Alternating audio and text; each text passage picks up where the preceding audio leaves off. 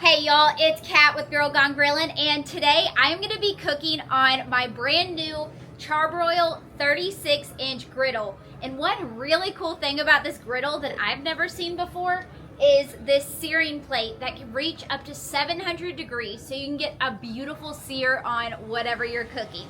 I just got it seasoned up and it's time to get to cooking. Today I'm going to be making a beer cheese chicken Philly. It's going to have veggies, it's going to have chicken, it's going to have a beautiful beer cheese dip over the top. So without further ado, let's get to cooking. I'm going to turn on 3 of my burners to like a medium heat and let that start heating up. The first thing we're gonna do is caramelize the veggies. A little while ago, I chopped up a couple yellow onions along with some red and green bell peppers. And we're gonna add down some oil and get these caramelizing here on the griddle.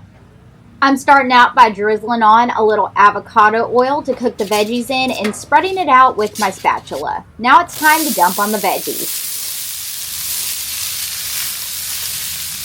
I have some all-purpose seasoning that I'm gonna season these veggies with. Ooh, yeah. Making sure not to burn these veggies, I have them cooking at kind of a low heat so that they can slowly caramelize and just be packed full of flavor. Ooh, these are already starting to look good. Look at all these veggies. They are working on getting caramelized. These veggies are caramelized and look absolutely delicious. Let's go ahead and pull them off the grill.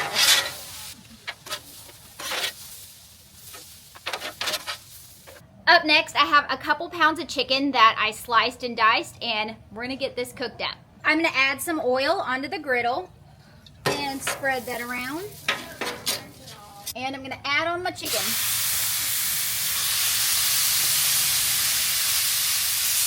I'm gonna season this chicken with some of this Everglades fish and chicken rub and some garlic powder.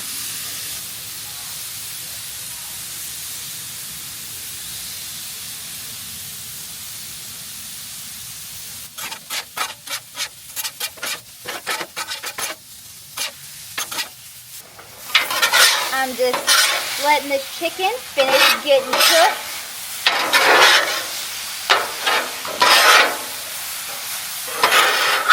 I wish y'all could smell this through the screen. It smells so darn good. My chicken has a nice sear on it, and it's time to pull this off. I'm just going to set it over here in a bowl. We're going to test out the searing plate on here and actually use it for a skillet to make our beer cheese dip. So let's let this heat up for a second, and then we're going to get started. I'm dropping in about 3 tablespoons of butter to start melting down. Now that the butter's melted, I'm going to start whisking in 3 tablespoons of flour.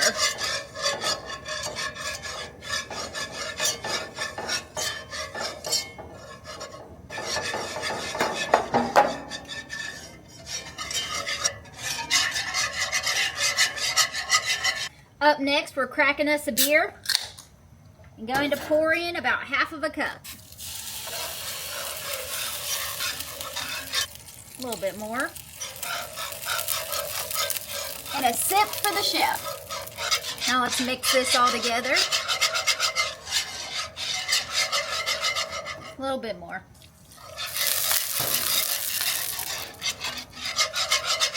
Now a cup of milk.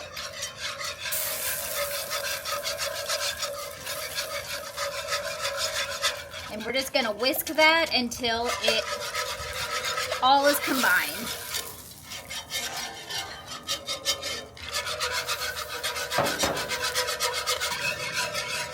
Now that this is all mixed together, I'm going to add in about a tablespoon of Dijon and a couple dashes Worcestershire sauce. Stir that in. And I have my mix of seasonings, which is garlic powder, onion powder, cayenne, and salt and pepper. Mix that all together. I have 2 cups of freshly grated sharp cheddar cheese that I am going to start mixing in. Ooh, I am really great at making a mess. Keep making a mess. All right, let's just add the rest of the cheese. And stir that in. We're gonna go nice and slow, not spill any over the edge. Once that's melted, I have 2 cups of freshly grated Gouda that we're also going to mix in. Oh, I know this is gonna be so good. I love me some beer cheese. It's delightful. Now I'm just gonna keep mixing until all of this is melted and smooth, and we'll be done with the beer cheese, and all that's left to do will be assembling our sandwiches. All right, y'all, I think our beer cheese is done. Look at that. Cooked right on the griddle top.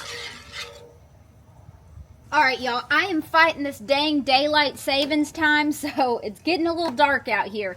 But let's get these sandwiches assembled. So I have my cooked chicken, and we are gonna lay it into little piles to assemble our sandwiches. I'm gonna go in with the chicken into like little rows.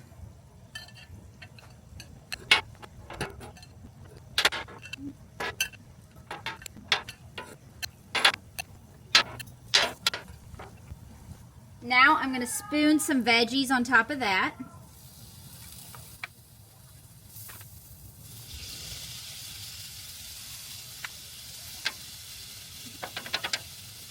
Next up, we're laying on the provolone cheese because we like it cheesy around here.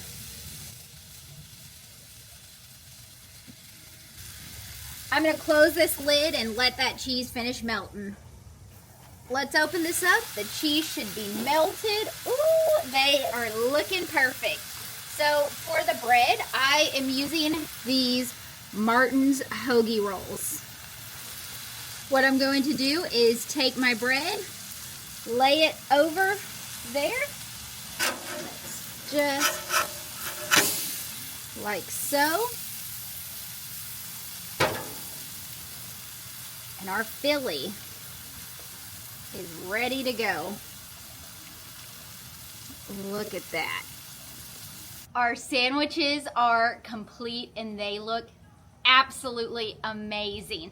We got our beer cheese dip right here, and I've got a bunch of hungry family members who are dying to eat.